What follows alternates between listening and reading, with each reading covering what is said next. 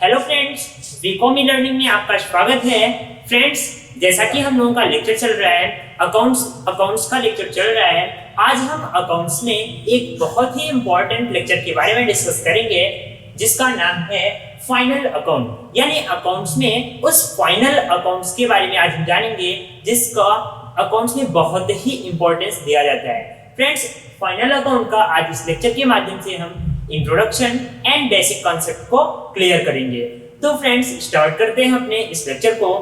हम पूरे साल भर में अपने अकाउंट्स को मेंटेन करते रहते हैं, लेकिन लास्ट ईयर में हम अपने प्रोग्रेस को भी चेक करते हैं। यानी हम एक बिजनेसमैन हैं और हम अपने अकाउंट्स को पूरे साल में, यानी जितने भी साल में जितने भी इंट्रा किया है, ट्रांजैक्शंस किया है, उसको मेंटेन करते रहते हैं। लेकिन लास्ट ईयर में हम यह अपने प्रोग्रेस को, हमने कितना प्रोग्रेस किया या फिर प्रोग्रेस नहीं किया, उसको हम कैलकुलेट करते हैं, उसको चेक करते हैं। जैसा कि हम लोग पढ़ाई करते हैं तो लास्ट ईयर में यह चेक करते हैं कि हमने कितना पढ़ा।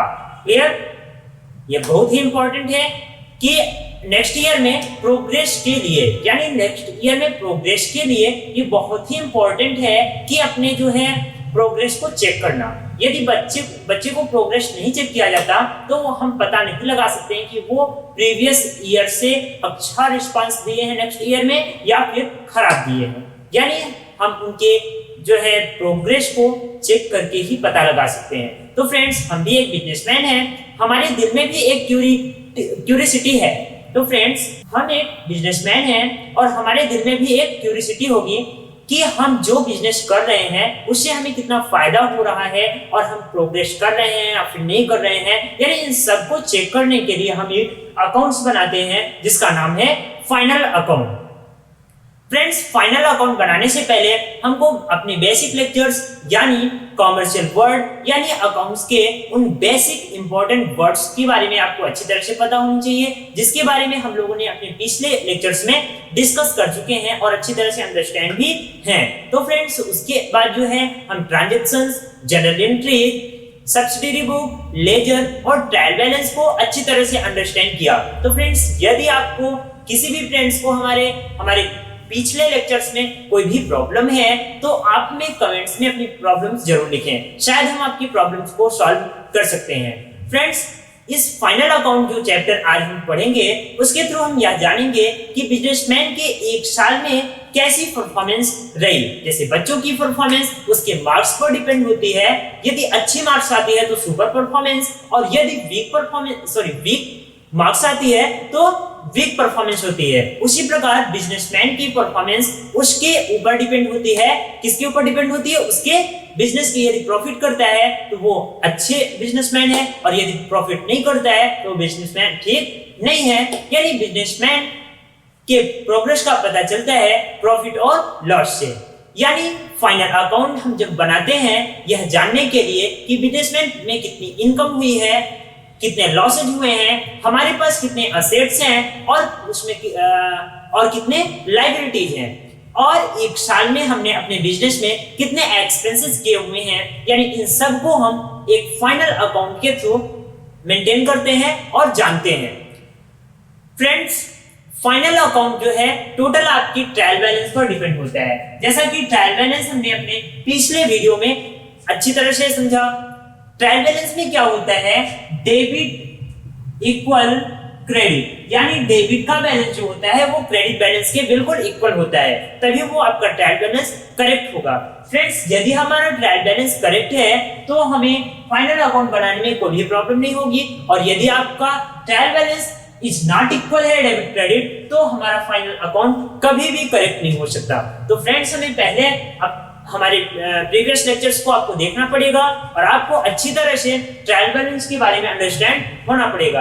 यदि आपको ट्रायल बैलेंस में किसी भी प्रकार का कंफ्यूजन है तो आज ही अभी कमेंट करिए हमें, और जिससे हम आपके लिए फिर से अच्छे से समझा सकें ट्रायल बैलेंस को। तो फ्रेंड्स, स्टार्ट करते हैं हम आज के लेक्चर को। Final account. फाइनल अकाउंट से किसी भी बिजनेस की परफॉर्मेंस प्लस पोजीशन, यानी फाइनल अकाउंट से किसी भी बिजनेस का परफॉर्मेंस और पोजीशन का पता लगाया जा सकता है।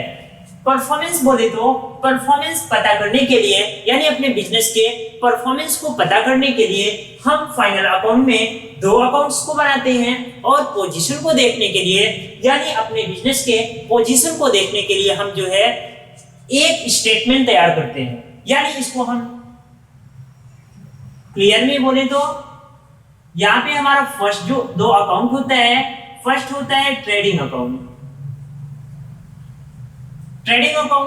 और सेकेंड अकाउंट जो होता है हमारा profit and loss account.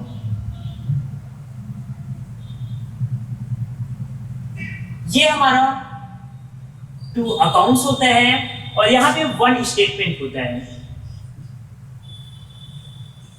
One statement क्या होता है friends? Balance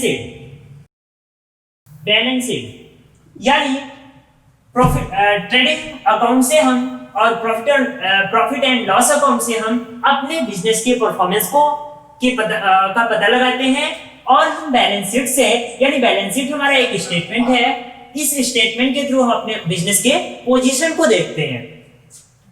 friends, trading account and PR account जो प्रॉफिट एंड लॉस अकाउंट है ये हम यहाँ पे अंडरस्टैंड करेंगे, सेपरेट अलग करें अंडरस्टैंड करेंगे।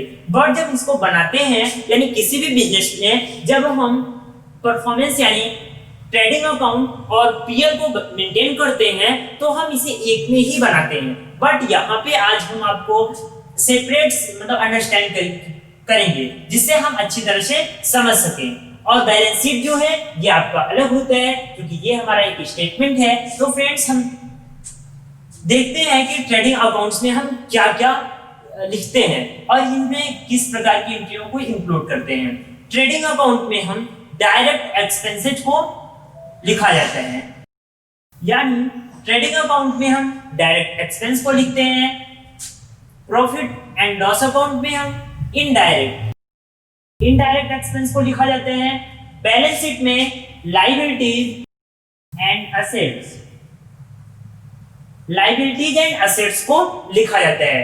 फ्रेंड्स, ट्रेडिंग अकाउंट्स को बनाने से हमें बेनिफिट क्या होता है?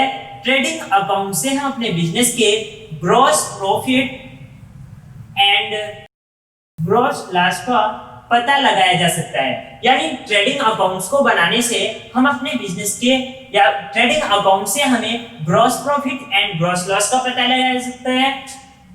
प्रॉफिट एंड लॉस से हमें net profit and net loss का पता लगाया जाता है, जा सकता नहीं है। क्लियर? प्रॉफिट एंड लॉस से net profit and net loss का पता लगाया जाता है और बैलेंस शीट से किसी भी कंपनी की फाइनेंशियल पोजीशन को देखा जा सकता है। यानी हम किसी भी कंपनी के फाइनेंशियल पोजीशन को देख सकते हैं बैलेंस शीट के थ्रू। फ्रेंड्स, बैलेंस शीट में हम लायबिलिटीज हमारे बिजनेस में जितने भी लायबिलिटीज होते हैं हम उनको लिखते हैं और राइट साइड में हम असेट्स यानी जितने भी असेट्स होते हैं हमारे करंट, फिक्स्ड एंड इक्विटी जो भी होते हैं असेट्स हम राइट साइड में लिखते हैं। लेफ्ट साइड में हम लायबिलिटीज को फिल करते हैं।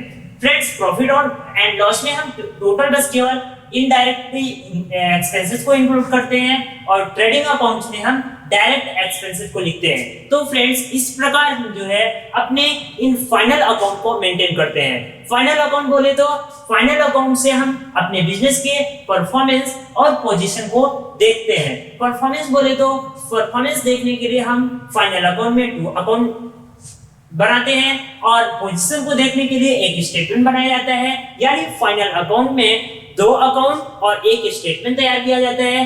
फ्रेंड्स, नेक्स्ट लेक्चर में हम अपने trading account, profit loss account और बैलेंस शीट के बारे में एक एक करके हम संक्षेप में अंडरस्टैंड करेंगे। यदि फ्रेंड्स आपको अगले लेक्चर्स को देखने हैं तो प्लीज हमारे चैनल को सब्सक्राइब करें, बेल आइकन प्रेस करना ना भूलें जिससे हम अपने नेक्स्ट लेक्चर के नोटिफिकेशन आप तक पहुंच सके। Thank you.